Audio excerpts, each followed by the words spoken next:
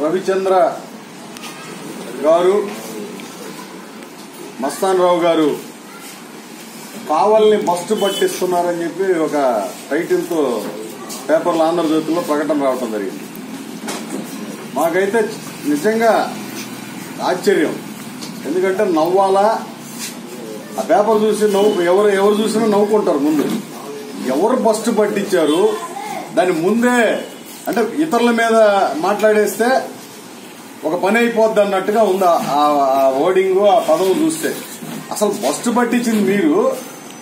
కావల్ని ప్రతాప్ రెడ్డి గారు బస్టు పట్టించారని మాట్లాడటం ఎంత దారుణమైన విషయం. ఆయన మాట్లాడుతూ ఊగిపోతూ మాట్లాడుతున్నారు రవిచంద్ర గారు. నాకైతే అర్థం కావటంలే. చేసిందంతా చేసి ఈరోజు కావల్ని సర్వనాశనం చేసి ఒక పక్కకు తప్పుకొని ఎవరినైతే 2019లో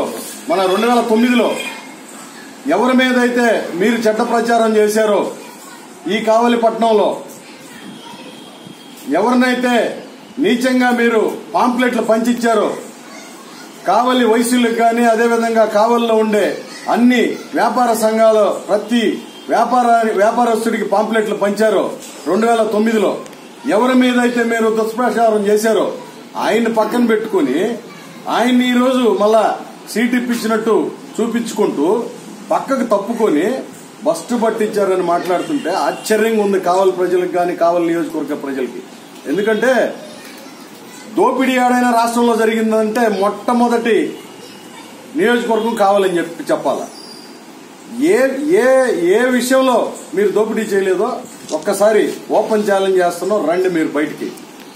నేను ఆధారాలతో సహా నిరూపించడానికి సిద్ధంగా ఉన్నాం.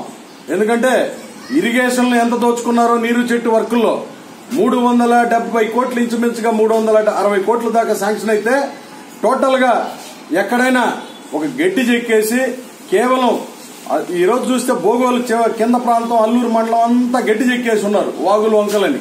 అవి మొత్తం బిల్లులు చేసుకున్నారు. కావలి కాలువకి నీళ్లు విడుదల చేయకుండా జాప్యం చేసి ఐఏబీలో ఇచ్చిన తీర్మానం ఒక నెల ఆలస్యంగా పోరాటాలు చేసి నీళ్లు తెచ్చుకునే పరిస్థితి వస్తే ఈ నెల రోజులు ఏం చేశారో వీళ్ళంటే అందరికీ తెలుసు. అది డెల్టాకి నీళ్లు వదిలేశారు, కన్పూర్ కాలువకి వదిలేశారు, ఉత్తర కాలువకి వదిలేశారు. ఒక కావలి కాలువకు ఆపుకొని వీళ్ళు చేసిన పనులు ఏంటంటే మీ ఆంధ్రజ్యోతి పేపర్లోనే ఒక పై పనులు ఒక బడా నేత కంట్రోల్లో కోట్లు దోచుకున్నారని నేను అది వాట్సాప్ లో కూడా మీకు చూపిస్తాం. ఆంధ్రజ్యోతి పేపర్లో మన పూర్తిగా తెలుగుదేశానికి ఫేవర్ ఉండే పేపర్లో రాయటం జరిగింది కథనాలుగా.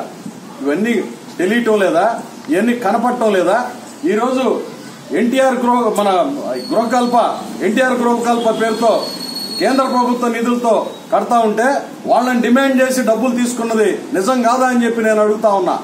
ఏ ట్రాన్స్ఫర్లకు మీరు డబ్బులు తీసుకోలేదో రవిచంద్ర గారు అందరికీ తెలిసేడా. గోడకు కొట్టిన సున్నం ప్రతి ఒక్కరూ ఇక్కడ ప్రతి ఒక్కరికి మీరు చేసిన కార్యాలన్నీ తెలుసు.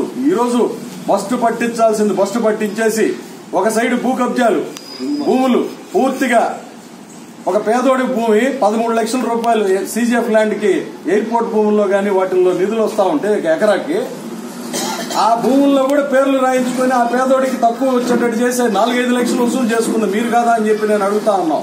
ఈరోజు ఇంతమంది అధికారులు, ఒక ఎస్టీ అధికారిని, గిరిజన అధికారిని ఈరోజు సస్పెండ్ చేయించిన ఘనత మీది కాదా అని అడుగుతా ఉన్నాం. ఈరోజు రాజకీయ వ్యాపారం చేస్తున్నారు ప్రతాప్ రెడ్డి గారు అని మాట్లాడటం విడ్డూరంగా ఉంది. ఎందుకంటే నేను ఉన్నాం ఎదురు మీతో పాటు ఉన్నప్పుడు ఏ రోజు కూడా ప్రతాప్ రెడ్డి గారిని మేము విమర్శించాల. ఎందుకు విమర్శించలేదంటే కావలి నియోజకవర్గంలో ఇంకొక శాసనసభ్యుడైతే రోజు ఒక పోలీస్ స్టేషన్ లో ఒక కేసు ఉండేది. ఎందుకంటే మీరు చేసే పనులకి మీరు ఒక సైడు శాసనసభ్యుడిగా గెలిచి ఆయన ప్రోటోకాల్ ఫస్ట్ వ్యక్తిగా ఉన్న వ్యక్తిని పక్కన పెట్టి మీరు శిలాపలకాలు వేసుకుంటూ శిలాపలకాలు తిరుగుతూ ముందు ఒక పోలీస్ జీప్, వెనక ఒక పోలీస్ జీప్, నాకైతే ఆశ్చర్యంగా ఉండేది కావలి ప్రజలకి. ఎందుకంటే ఇక్కడ సింపుల్ సిటీలో ఉన్న వాళ్ళు అందరు పాత రోజుల్లో కొండపనాయుడు గారు గాని, యానాది రెడ్డి గారు గాని, అయ్యప్ప రెడ్డి గారు గాని, మాగుంట పార్వతమ్మ గారు గాని వీళ్ళందరూ మీలాగా పెత్తనం వచ్చిందని చెప్పి ఇష్టం వచ్చినట్టు అధికారాన్ని ఉపయోగించి వాడిని లోపలేపిస్తే ఈయన బయటికి తీపించారు. మళ్ళీ ఈయన లోపలేపిస్తే ఏదో కేసులు పెట్టి యువతను భయపెట్టి రాజకీయాల్లోకి రాకుండా చేసి రాజకీయాల్లో కొంతమంది యువకులను ఎంతో మందిని భయపెట్టింది. ఈ విధమైన కార్యక్రమాలన్నీ మీరు చేసి ఈ రోజు ప్రతాప్ రెడ్డి గారి మీద మాట్లాడుతుంటే ఆశ్చర్యంగా ఉంది. ఆయన డబ్బులు సంపాదించుకొని కావలి ప్రాంతంలో ఈ జవహర్భారతి కాలేజీ నుంచి, అదేవిధంగా పాతూరు వాసిగా, కావలి పట్టణ వాసిగా ఈరోజు ఆయన సేవా దృక్పథంతో ముందుకు వచ్చినాడనేది అందరికీ మేము తెలుగుదేశం పార్టీలో ఎదుర్కొన్నా కానీ మేము చెప్పేవాళ్ళం. అది అతను వ్యక్తి మంచోడు అనేది ప్రతి ఒక్కరు చెప్తారు.